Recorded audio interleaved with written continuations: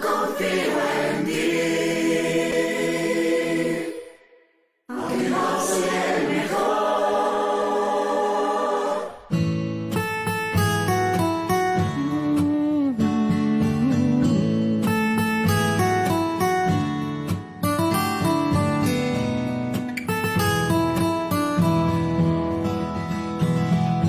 Prometiste cumplir tu propósito en mí.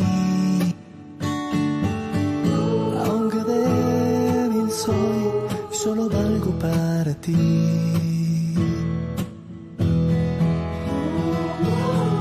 Aunque rodeado esté de tinieblas y oscuridad, tú en tu mano me sostendrás y en tu diestra yo viviré. Yo confío en ti, aun si todo sale mal. Yo confío en ti, aunque no soy el mejor. Sé que cumplirás tu plan.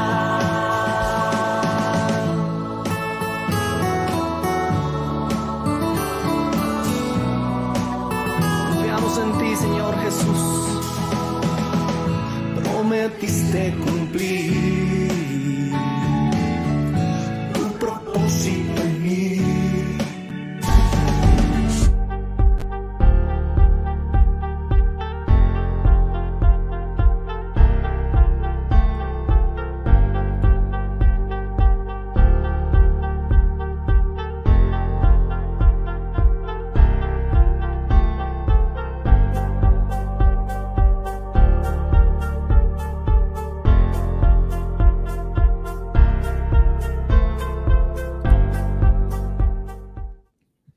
Amigos de Biblia Libre, ¿cómo están? Mi nombre es Edgar Escobar, bienvenidos a nuestro devocional diario. Buenos días, maestro de Biblia Libre. Hoy es 1 de febrero de 2024, esto ya prácticamente se acabó. Y saludamos a todas las personas que a esta hora nos acompañan. Saludamos a Melania Ledesma González, buenos días, bendiciones. Gracias por tus buenos deseos, Melania. También saludamos a nuestro pastor en Biblia Libre México, en Guanajuato, Celaya, Guanajuato, México lindo y querido. A nuestro hermano Eloy, que deja ahí el contacto para que usted se comunique con él. Saludamos a Jaimito Baño Montaño por las carreteras de América. También a Marlene Rivera, buenas tardes. Ella pide oración por Silver Díaz Gómez, por salud y por lo espiritual.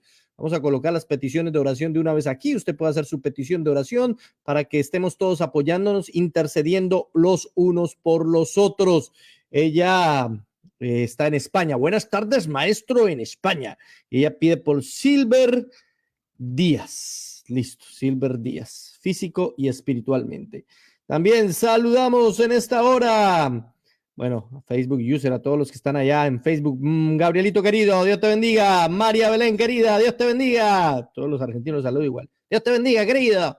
Saludamos a Isabel Beckley. Isabel Beckley, me encanta el apellido.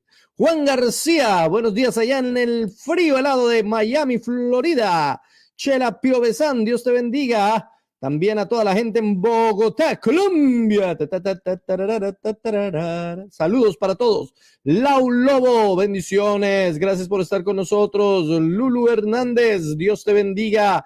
Merlita León, bendiciones. Rubén Darío Torres, Dios te bendiga, mi hermano querido en el barrio Policarpas, a la Barrieta, también en Bogotá, Colombia. Oramos por estar muy pronto por allá con ustedes. Mis hermanos, ¿ya compartieron? ¿Compartieron ahora mismo por todas las redes sociales, en WhatsApp, en Messenger, en Instagram, en todas las redes? Comparta para poder llegar a más personas con la palabra del Señor. Estos últimos días hemos sobrepasado los 160 visualizaciones en vivo. Ayúdenos a llegar a más y a más y a más personas para que podamos aprender las escrituras.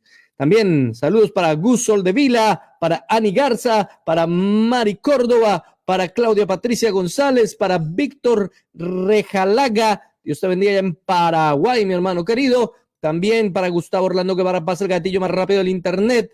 Saludos a Porfirio García, que está en Kansas. En Kansas, qué linda tierra, Kansas, no la conozco, pero eso dice.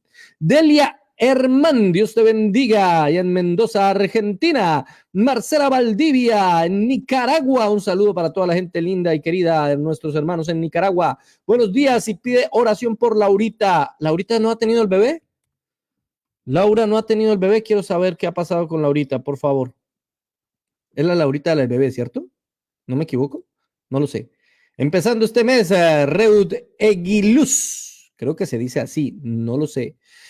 Dice, bendiciones, un saludo para mí y una vecina, Edelmira. Pide oración por Edelmira Méndez. Tiene rasquiña.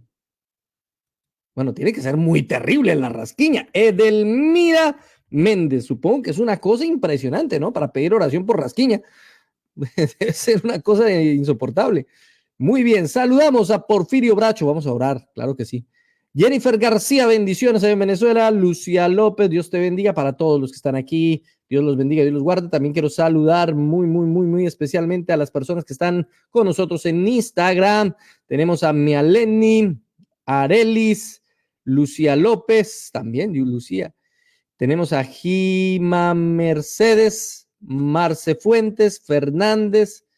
Tenemos a JM4971, Dios te bendiga. Patricia Kixi, Dios te bendiga, abrazos también. Robertico, que está en Instagram, para todos, Dios los bendiga, Dios los guarde. Vamos a comenzar, vamos a orar, vamos a colocar todo en las manos del Señor, no sin antes saludar a mi tía Anita, popularísima tía Anita, ya compartió a sus tías, por favor comparta a sus tías, a todas las personas que están hoy con nosotros. Me dice Lucita que no, todavía no tiene el bebé, le dieron hasta esta semana. Vamos a orar para que no haya necesidad de la cirugía, vamos a orar, que el Señor le ayude. Muy bien, mis hermanos queridos, oremos. Amado Señor, Rey de gloria, de poder y de majestad, te doy muchas gracias por estar en tu presencia, porque nos das el privilegio y la oportunidad de orar, de clamar, de suplicar por tu misericordia.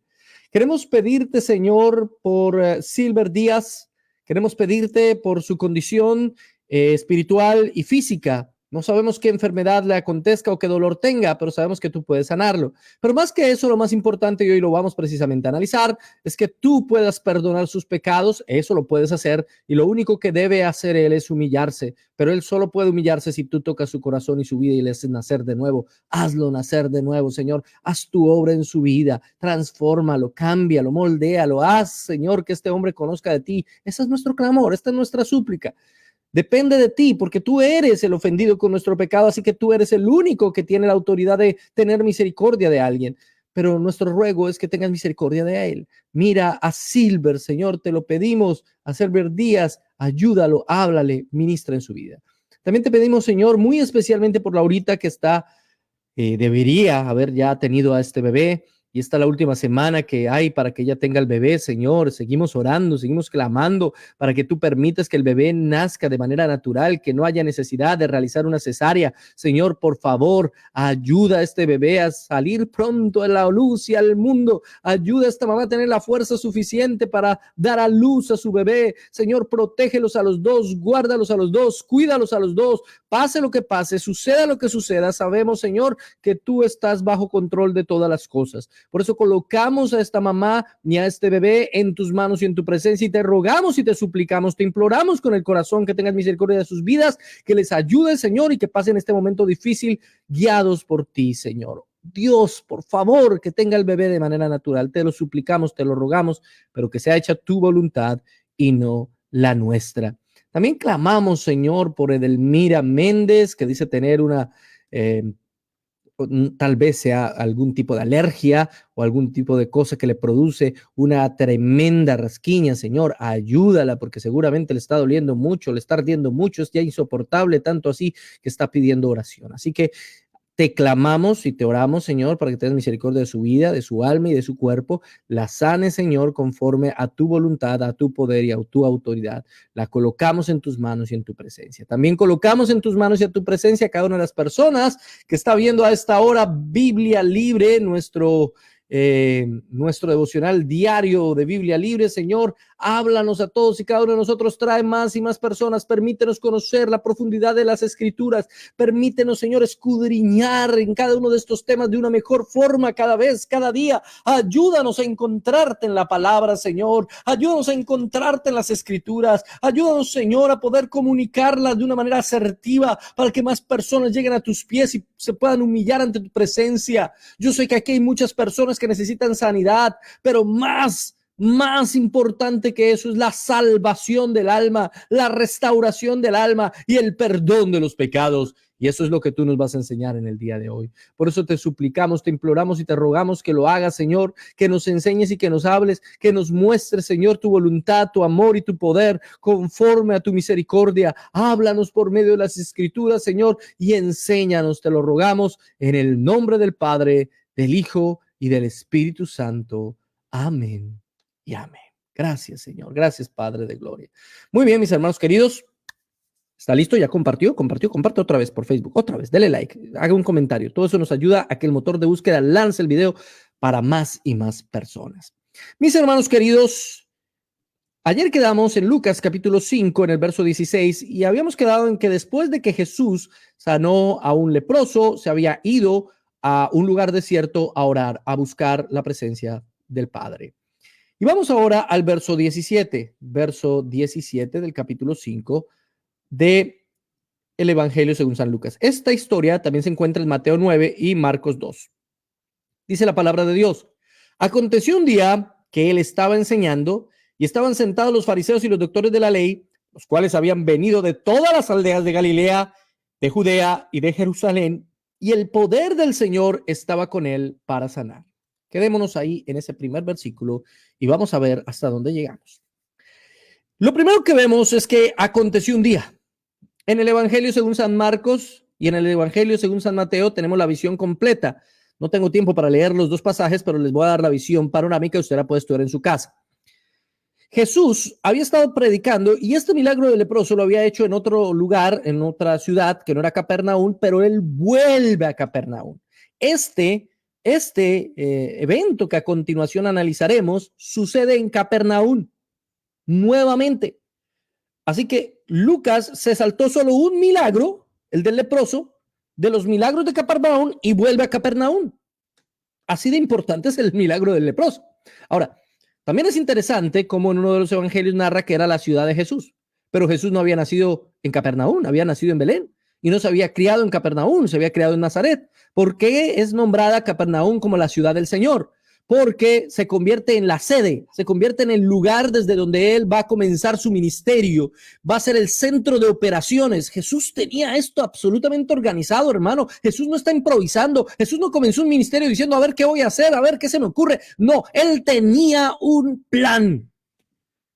Todo en el Señor siempre ha tenido un plan, mis hermanos queridos, y nosotros debemos aprender de eso y aplicarlo de la misma manera. Hermanos queridos, líderes, ministros que están en iglesias, pastores que me escuchan en este momento y en esta mañana, hay que tener un plan, hay que tener algo pensado, hay que ponernos metas a corto, mediano y largo plazo, hay que programar el 2024. ¿Ya programó el 2024 con su congregación? ¿Qué está esperando? ¿Que yo le haga la programación? No, hermano, usted tiene que hacerla. Yo tengo la programación de lo que en el corazón Dios ha puesto por medio de las Escrituras para hacer con Biblia Libre de manera general, y viene una cantidad de cambios enormes y una cantidad de transformaciones y unas metas maravillosas que nos hemos planteado para este año. Pero cada hermano en sus iglesias locales debe hacerlo, cada pastor de Biblia Libre y cada pastor de su iglesia, así no sea de Biblia Libre, debe tener un plan. Lo segundo que vemos es que él estaba enseñando.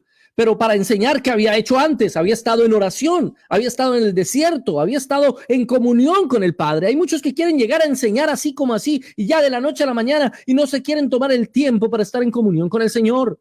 Si usted quiere enseñar la palabra, debe entender que no puede hacerlo sin el Señor. Que es imposible, literalmente imposible, predicar la palabra si usted no está absolutamente lleno del Espíritu Santo. Cuando usted predica la palabra y usted no está lleno del Espíritu, y usted no ora, y usted no busca al Señor, y usted no estudia, y usted no está en comunión, y usted no adora, y usted no canta, usted entonces es un arrogante. Así sea muy predicador, y así sepa mucha Biblia, y así sea un doctor, y así se las debe de muy sabio. Usted es un arrogante, porque usted lo que está diciendo es, yo puedo predicar esto y no necesito a Dios. Yo conozco todo lo que esto significa y no necesito al Espíritu Santo. No necesito estar en comunión con el Señor. Y sabe, hay muchos pastores así. Hay muchos líderes así. Hay muchos líderes que predican sin nunca orar. O que llegan a enseñar sin nunca adorar, sin nunca cantar. Ni siquiera Jesús hizo eso. Jesús acaba de demostrar que se fue a un lugar secreto. Hágalo en el secreto, donde nadie lo ve, donde nadie se dé cuenta. A nosotros no nos importa que la gente diga, wow, ¿cuánto oran? No, es que lo vemos, lo escuchamos orar. No, si no lo ven y no lo escuchan, mejor que ni se den cuenta, que no sepan en qué momento oró usted. Mejor, porque usted lo que está haciendo es ir al secreto con el Señor. Y el Señor, que sabe y que conoce los secretos, recompensa en público. No se vaya a enseñar sin antes estar en comunión con el Señor. Así que el Señor había estado en privacidad con el Padre, había estado allí en el desierto llenándose de poder, y ahora acontece que Él está enseñando nuevamente en Capernaum. Y aquí hay algo curioso que dice el texto, que estaban los fariseos y doctores de la ley.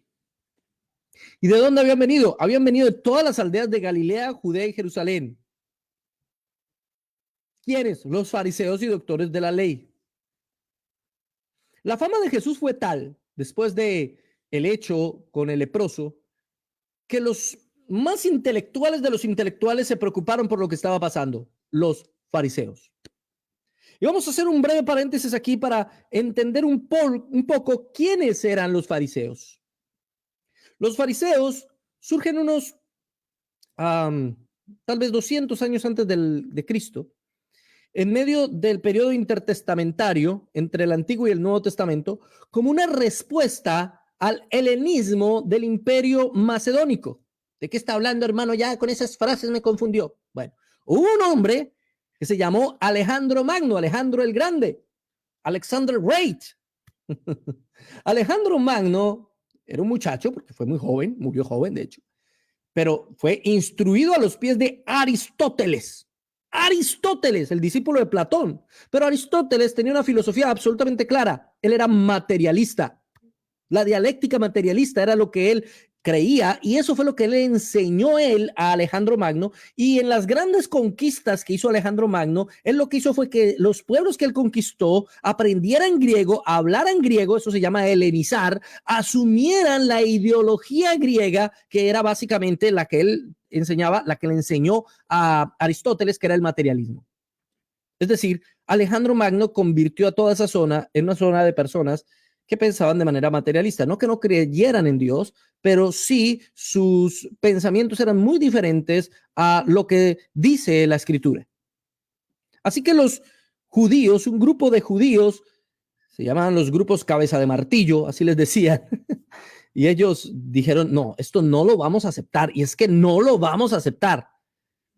Y de ahí, de ese grupo de personas intelectuales que comenzaron a enseñar las Escrituras, es que surgen los fariseos. O sea, nosotros siempre hablamos mal de los fariseos, pero en principio los fariseos pues eran un grupo correcto. Es decir, el mismo Señor Jesucristo dijo, escuchen a los fariseos, hagan lo que predican, pero no hagan lo que ellos practican. El problema de los fariseos no era su doctrina, no. El problema de los fariseos era su práctica. Pero los fariseos tenían una sana doctrina. De hecho, dentro de la historia de los fariseos y del fariseísmo, hay dos grandes maestros que son como opuestos. ¿Sí? Uno de ellos, Hillel, creo que se llamaba, si no estoy mal, él predicaba la sola escritura.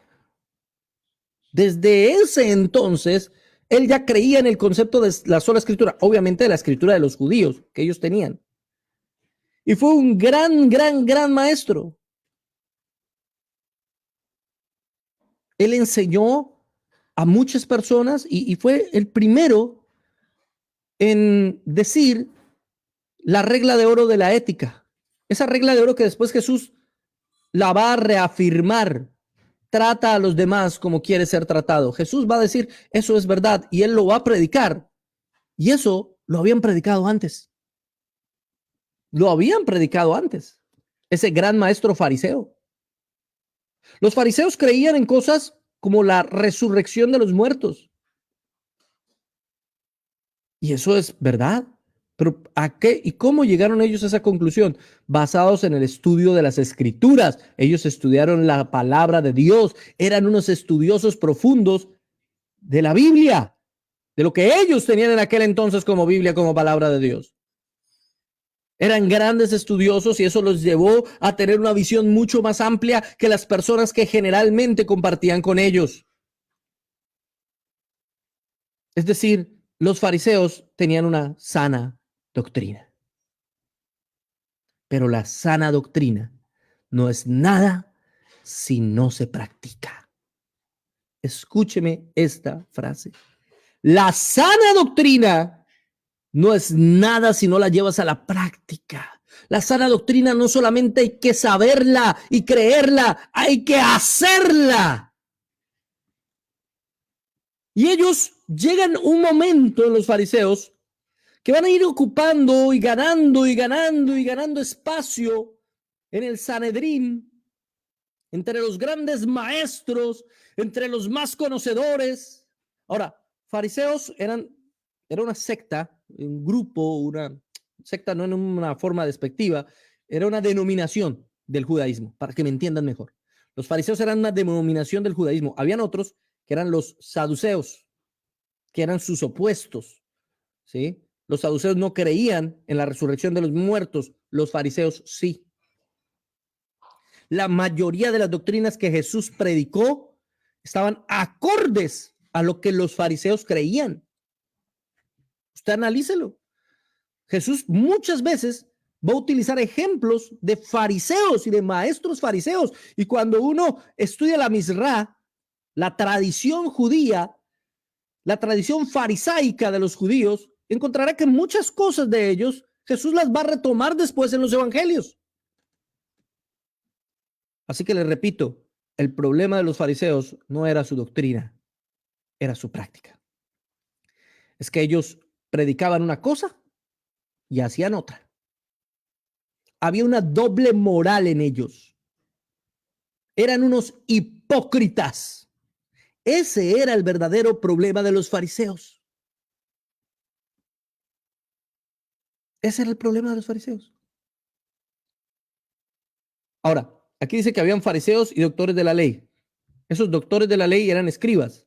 Cuando usted encuentra en la Biblia escribas o encuentre doctores de la ley, ¿sí? Está hablando de un grupo especial de fariseos. Así como hay cristianos, en general nosotros somos cristianos, pero hay unos que son pastores, ¿sí?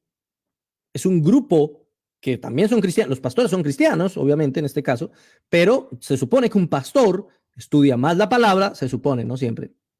Se supone que un pastor tiene mayor comunión con el Señor, se supone que el pastor ha profundizado en los conceptos bíblicos. Eso pasaba aquí, eso es lo que nos está diciendo el texto. Fariseos y doctores de la ley se fueron a examinar qué era lo que Jesús estaba diciendo, qué era lo que Jesús estaba predicando. A ver si lo que este hombre dice es verdad o no es verdad. Tenga cuidado, porque aunque usted predique una sana doctrina, puede ser un fariseo. Conozco muchos que tienen una buena doctrina y hay muchos en internet que predican una sana doctrina y son fariseos. No necesariamente porque estén en contra del evangelio de la prosperidad o porque estén en contra de los judaizantes o porque estén en contra de cuestiones antibíblicas quiere decir que sean buenos maestros. No necesariamente. Eso no es suficiente, hermano. ¿Me entiende? No es suficiente.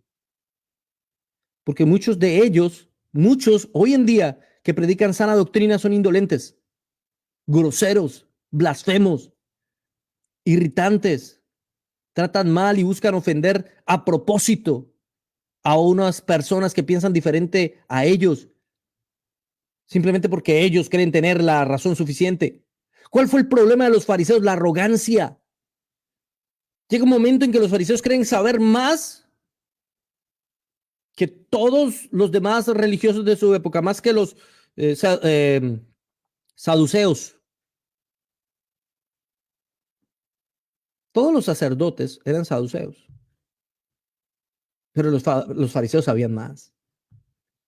Entonces les llega el ego, la arrogancia, el creerse. Nosotros estudiamos más, somos doctores de la ley. Dígame, doctor de la ley. Ahí están los doctores de la ley.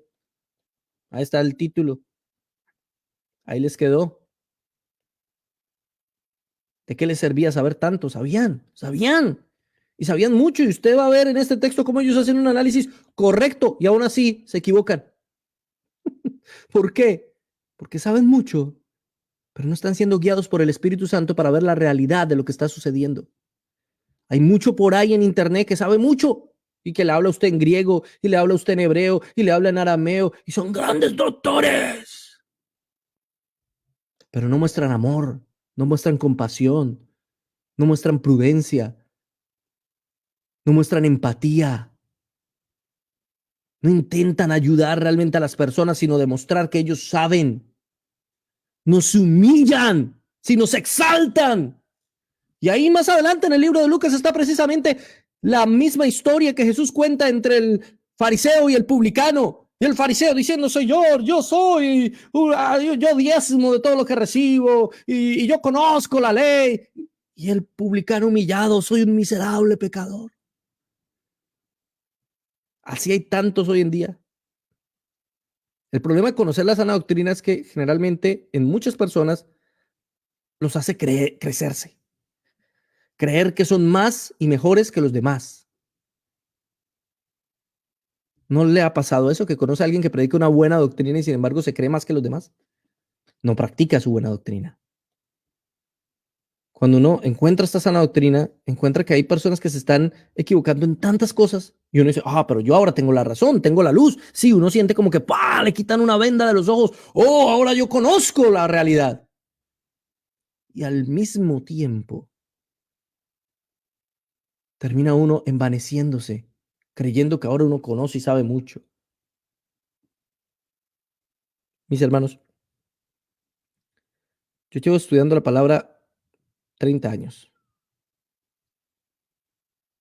y soy un aprendiz. No sé nada. Lo poco que sé es lo que comparto con ustedes porque es mi responsabilidad. Me esfuerzo todos los días por estudiar, todos los días por aprender. Estuve en mi seminario bíblico, etcétera. Y aún así no sé nada, hermano. Y no lo digo por una falsa humildad, eso de que uno, para que la gente diga, ay, tan humilde de verdad él sí. No me importa si usted me cree o no. Lo importante es que yo me creo. Yo creo que no sé nada. Por eso reviso una y otra vez lo que predico y digo, ¿será que me equivoqué? Y a veces, muchas veces, encuentro errores en lo que predico. Entonces no lo escuchamos, hermano. Hermano, todos los predicadores tienen errores terciarios y pequeños, unos más grandes que otros. El problema no es tener errores, el problema es no reconocerlos. El problema es que esos errores toquen doctrinas de primer orden. Ese es el problema. Por eso un verdadero predicador de la palabra asume y se asume como alguien que puede equivocarse, que puede cometer errores, y es alguien que llega con humildad y que muestra amor y compasión por los demás. Y aun cuando uno defiende una sana doctrina, y aun cuando uno señala a los falsos maestros y a los falsos profetas, aún así uno dice, Señor, ten misericordia de mí y no me permitas a mí ser jamás uno de ellos. Ten misericordia de mí, llévame a la luz. Usted no sabe el temor con el que yo predico la palabra. Me da temor, Señor. No quiero equivocarme en algo importante. Señor, ten misericordia de mí, ayúdame. Siento la responsabilidad sobre mis hombros. Por eso cuando voy a hablar algo lo estudio 1, 2, 3, 4 veces. No es suficiente tener un título. No es suficiente creer que te las sabes todas. No. Le digo al Señor, Señor, permíteme practicar lo que predico. Permíteme aplicar lo que enseño. Permíteme ser ejemplo, porque la gente aprende más del ejemplo que de las palabras. La gente de tu congregación te va a decir, cállate, porque es que tus actos no me dejan escuchar tus palabras. Tus actos no me dejan escuchar tus palabras. ¿De qué le sirve a alguien hablar de la sana doctrina y dárselas de tener una doctrina pura y 100% sana, si está siendo mentiroso, hipócrita, embustero, grosero, patán, indolente, ¿de qué le sirve? ¿Para qué sirve eso? ¿Para tener un título? ¿Para dársela de fariseo y doctor de la ley? Ese era el problema de Jesús con los fariseos, que ellos tuvieron más luz, que realmente estudiaron las escrituras y aún así no podían ver el cumplimiento de las mismas en Cristo. ¿Por qué? Porque sus interpretaciones se hicieron superiores a Cristo. Se volvieron legalistas. Legalistas. Les doy un ejemplo. Ellos tenían que presentar ofrendas, ¿sí?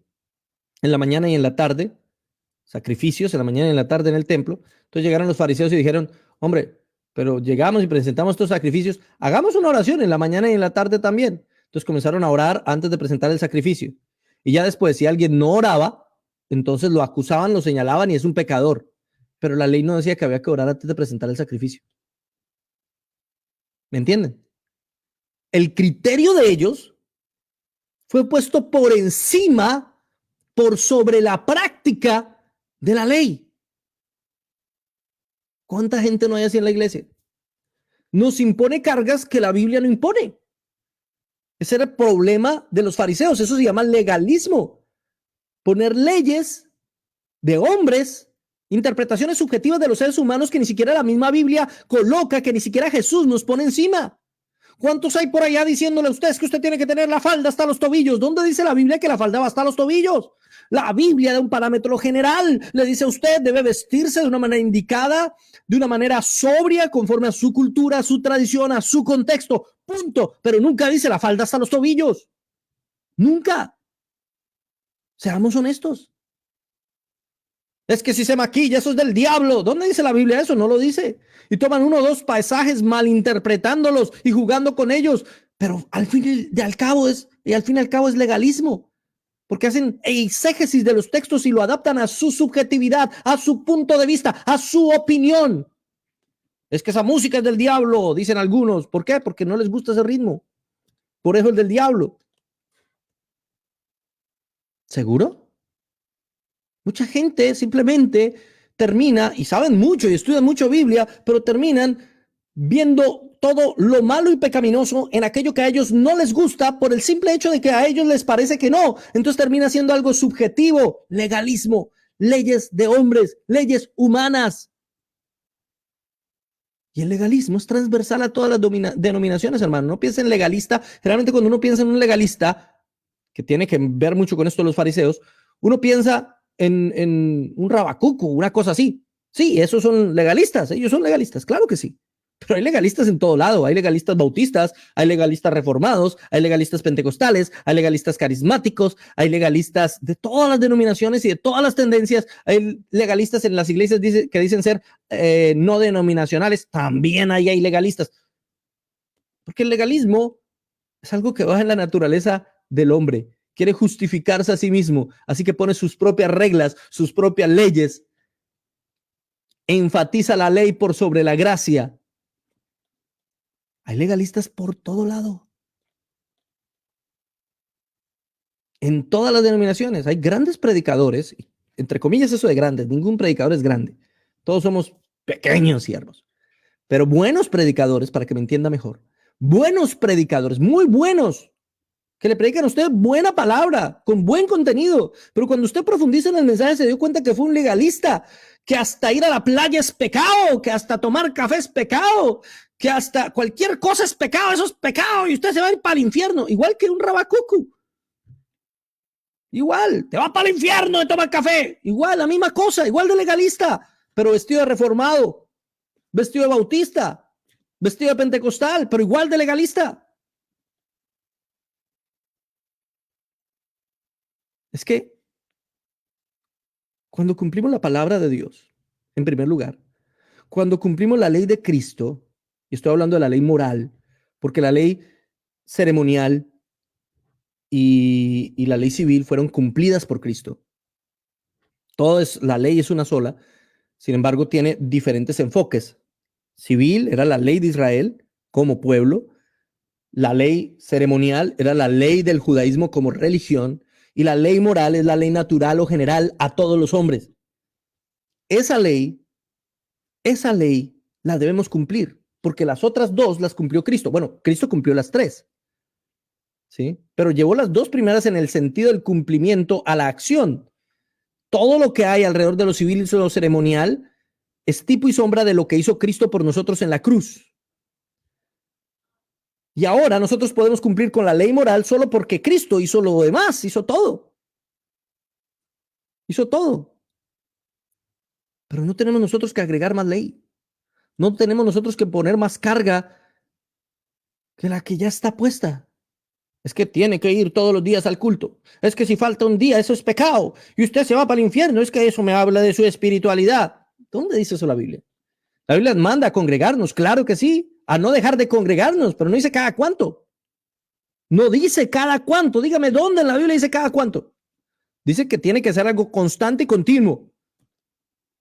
Lo lógico, lo normal, es que por lo menos sea cada semana. Pero si no pude ir un domingo o dos domingos, entonces, ¿soy un pecador? ¿Me voy para el infierno? ¿Me condeno porque no fui a la iglesia? Eso es ser legalista. Qué pena. Y se lo digo así, sin pelos en la lengua y en la cara. En tu cara, fariseo. Eso es ser legalista porque la Biblia no pone exactamente el tiempo en el que tienes que ir. Eso es ser legalista. Si no cumples con los parámetros, ay no, es que a mí me juzgan mucho, es que usted grita mucho cuando predica, hermano, yo soy así, dígame dónde en la Biblia está que no puedo hacerlo. Y yo le compruebo cómo el Señor levantaba la voz también cuando predicaba. Eso se lo puedo comprobar bíblicamente. Pero no, porque tenemos estereotipos, ¿cierto? Tenemos moldes en nuestra mente. El cristiano debe ser así. El cristiano debe comportarse de cierta manera. Y sí, hay unas reglas en la Biblia, hay una ley en la Biblia, la ley moral. Sí nos indica un estándar de comportamiento, pero la gente agrega cosas de su propia autoría, de sí mismos, limitando la gracia del Señor. Y es que cuando cumplimos esa ley moral, la cumplimos voluntariamente. No porque alguien nos diga que tenemos que ser así. No, de eso se trata la gracia. ¿Qué es lo que dice Jeremías? La ley de Dios es escrita en nuestros corazones ahora. Así que cuando yo cumplo la ley moral, cuando cumplo los mandamientos morales de Dios, lo hago voluntariamente. Lo hago porque quiero, porque Dios pone en mí el querer como el hacer. No porque me lo imponga alguien. No porque alguien me dijo la regla y si no cumplo con la regla, entonces, como hacen en muchas iglesias, es que usted no tiene que hablar así, o usted habla de la otra manera, o usted no está con nosotros. Pues si no cumple con los parámetros bíblicos, ¿para qué lo tiene en cuenta? Pero no lo obligue. Nadie puede ser obligado a cumplir la ley. Nadie. Eso es una obra del Espíritu Santo que hace en nuestros corazones para que tomemos nosotros la decisión de cumplir la ley moral voluntariamente. La ley ya no está escrita simplemente en el texto, ahora está escrita en nuestros corazones. En nuestros corazones. ¿Por qué me congrego? ¿Porque alguien me dice que un cristiano se tiene que congregar? No, me congrego porque me nace y quiero hacerlo. Quiero hacerlo. ¿Por qué estudio la Biblia? ¿Porque el pastor me obliga? ¿Porque si no, no me deja estar en el grupo de alabanza?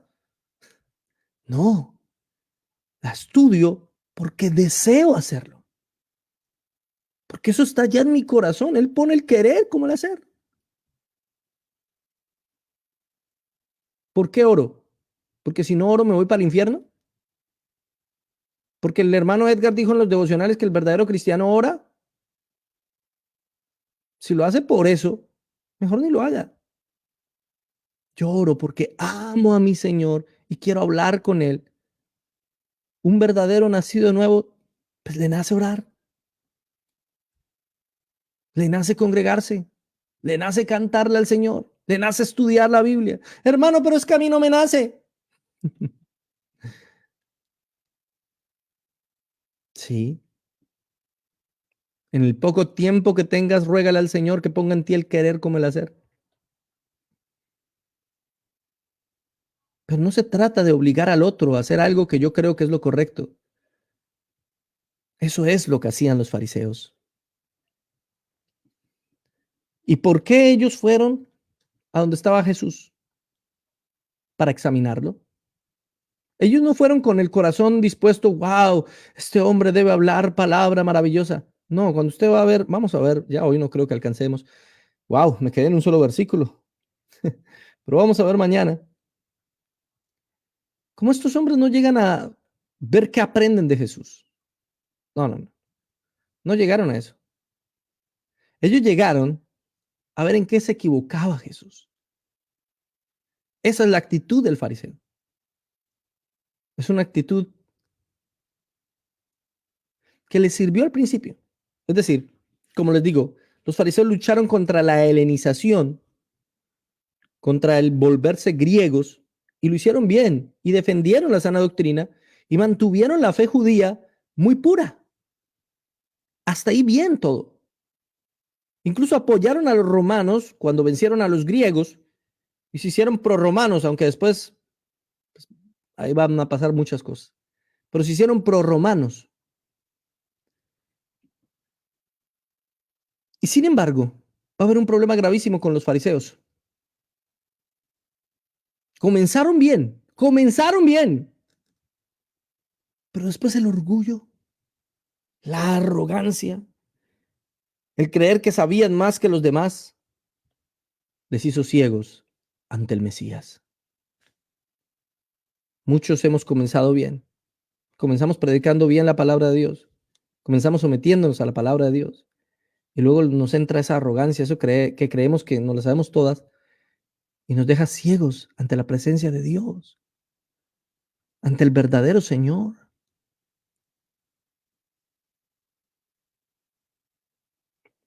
Que su anhelo de aprender la palabra y de defender la sana doctrina no lo ciegue espiritualmente. Que su anhelo de aprender lo bíblico no le haga a alguien ciego ante el poder espiritual, ante Dios mismo, ante la obra del Espíritu Santo, ante la gracia de Cristo. La sana doctrina sin gracia no es más que legalismo. La sana doctrina sin gracia no es más que legalismo. Y termino con eso. No, no puedo decir, no salí de ese versículo. Termino con la última parte del versículo. Y el poder del Señor estaba con él para sanar. Fíjese el contraste que hay. Jesús había estado orando, llega, enseña, llegan los fariseos allá a escucharle, escuchan el mensaje, pero el Señor ratifica su mensaje porque tenía el poder para sanar. La evidencia, como lo dije en devocionales anteriores, de que Jesús era el Mesías, una de las evidencias, eran las sanidades. Eso era lo que decía el profeta Isaías. Él traería sanidad a las personas. Eso no quiere decir que hoy en día todos los que hagan o proclamen sanidades son de Dios, no necesariamente, no. Pero en ese momento y en ese entonces, el poder de Dios manifestado por medio de las sanidades daba testimonio de quién era Jesús. Es decir, había una evidencia palpable de que sus palabras eran reales. Y aún así los fariseos, y lo veremos más adelante, y los doctores de la ley no creían. Porque el hombre natural, por más intelectual que sea, cree lo que quiere creer. Y cuando hablo de hombre natural me refiero a una persona no nacida de nuevo. Ni siquiera estoy hablando de alguien que no es cristiano, técnicamente hablando. Es decir, Hay muchas personas que técnicamente hablando van a la iglesia, hacen todo lo que tienen que hacer los cristianos, cumplen con todas las normas de los cristianos, oran incluso, estudian mucho la palabra y saben mucho y no han nacido de nuevo. Y no han nacido de nuevo. Esas personas creen lo que quieren creer. No importa cuántas evidencias le presentes. Jesús hacía y hacía y hacía milagros y aún así ellos dudaban, ¿será que es cierto lo que este hombre está predicando? Ellos seguían dudando. Lo que pasa con mucha gente que nos ve. Presentamos evidencias y evidencias y evidencias y bíblicamente y le sacamos un versículo, otro versículo, otro versículo, otro versículo, otro versículo, hacemos una interpretación, etcétera. Y la gente dice, no creo. ¿Por qué? Porque no. Fin. Y se creen cristianos. Pero su subjetividad y su criterio está por encima de la evidencia. Eso pasa con los fariseos aquí. La subjetividad y el criterio de ellos era superior a la evidencia que el mismo Cristo les estaba presentando. Eso me parece terrible. Y pasan todas las denominaciones también. Eso, ay, no es que así son los pentecostales. Mentiras, así son los reformados también, así son los bautistas también, así son los anglicanos, así son los luteranos, así son los no denominacionales. Eso pasa en todo lado, hermano. El criterio de ellos está por encima de lo que la Escritura dice, aunque digan que no. Aunque digan que no, porque hay muchas cosas en lo que no pueden argumentar opuestamente. No tienen los argumentos. Y aún así, terca y neciamente se quedan en sus propios pensamientos. Dios tenga misericordia de nosotros y no caigamos en la trampa de creer que sabemos cuando no sabemos nada. No caigamos en la trampa de creernos los poseedores de la verdad absoluta, como se creían los fariseos. Por misericordia de Dios le conocemos. Por gracia de Dios somos salvos. Pero que la evidencia de la Biblia sea más grande que nuestro propio deseo. Técnicamente, yo no quisiera creer en algunas doctrinas, porque para mi limitada forma de pensar y lo pequeño que soy y lo insignificante que soy, no me gustan. No, las entiendo, pero quisiera que fueran diferentes. Pero ¿quién soy yo para querer que sean diferentes? Eso es creerme más que Dios, no puedo. Así que tengo que rendirme ante esas doctrinas, porque eso es lo que enseña la Biblia, punto. Que la doctrina de la predestinación es difícil. Por muchos años luché contra ello. Yo no quería creer en eso. Prefería creer que no, que se trataba de nuestra elección. Pero la Biblia del Génesis al Apocalipsis me dice otra cosa. Y todos los versos que yo busqué para interpretarlos de tal forma que fuera el hombre el que eligiera a Dios y no Dios al hombre, tenían una respuesta. Pero los textos que decían que Dios nos eligió no tenían forma de ser respondidos satisfactoriamente. Hasta que un día el Señor me hizo entender, ¿qué es lo que quieres? ¿Tener la razón o conocer la verdad? Tuve que humillarme y decirle, Señor, quiero conocer la verdad. No me importa que todo lo que he creído durante años se me caiga, se desbarate, como una torre de dominó, no importa. Porque tú eres la verdad. Quiero conocerte a ti, por encima de mi propia lógica y mi propio razonamiento. Y tuve que rendirme ante la verdad de la palabra de Dios. ¿Está usted dispuesto a dejar su fariseísmo? ¿Está usted dispuesto a reconocer que el que sabe es Él? ¿Está usted dispuesto a dejar su legalismo a un lado? ¿Está usted dispuesto a humillarse ante su presencia? Entonces ore conmigo, por favor. Amado Señor, te doy muchas gracias por este mensaje que hoy hemos dado, basado en un solo texto bíblico. Ni siquiera avanzamos mucho en el capítulo 5. Pero te doy gracias por ese ejemplo de los fariseos. Un grupo de personas que comenzaron con una buena intención, que amaban la escritura y la estudiaban como ningún otro grupo, que llegaron a conclusiones ciertas, pero que aún así sus vidas no fueron transformadas por el poder de la palabra. Señor, no nos permitas ser como ellos. No nos permitas poner nuestro criterio y nuestra subjetividad por encima de la verdad de las Escrituras. No nos permitas creernos el cuento de que sabemos mucho porque sabemos más que otros. El hecho de que tengamos una iluminación un poco superior a la que algunos tienen no significa que sepamos más. Simplemente significa que tú has tenido más misericordia. No nos permitas envanecernos en nuestro propio conocimiento, como tantos que vemos en las redes sociales, envanecidos, creyendo que ellos se las saben todas y retando a debates a unos y a otros. Dios tenga misericordia de ellos. Ayúdanos, Señor, a predicar con humildad, con sencillez de corazón. Ayúdanos a entendernos como aprendices tuyos todos los días. Derrota nuestra arrogancia, derrota nuestra vanidad. Vuélvela a pedazos, Señor. Te lo pido, en el nombre del Padre, del Hijo y del Espíritu Santo.